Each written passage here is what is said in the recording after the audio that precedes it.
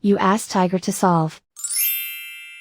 This deals with linear equations with one unknown.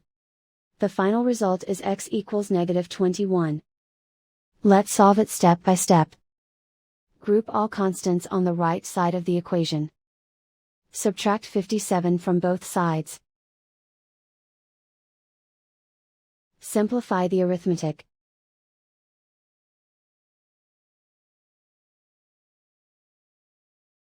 Isolate the x.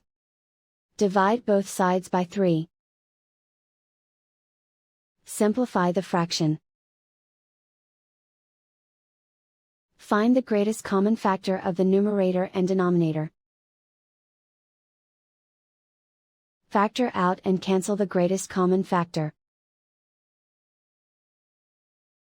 And so the final result is x equals -21.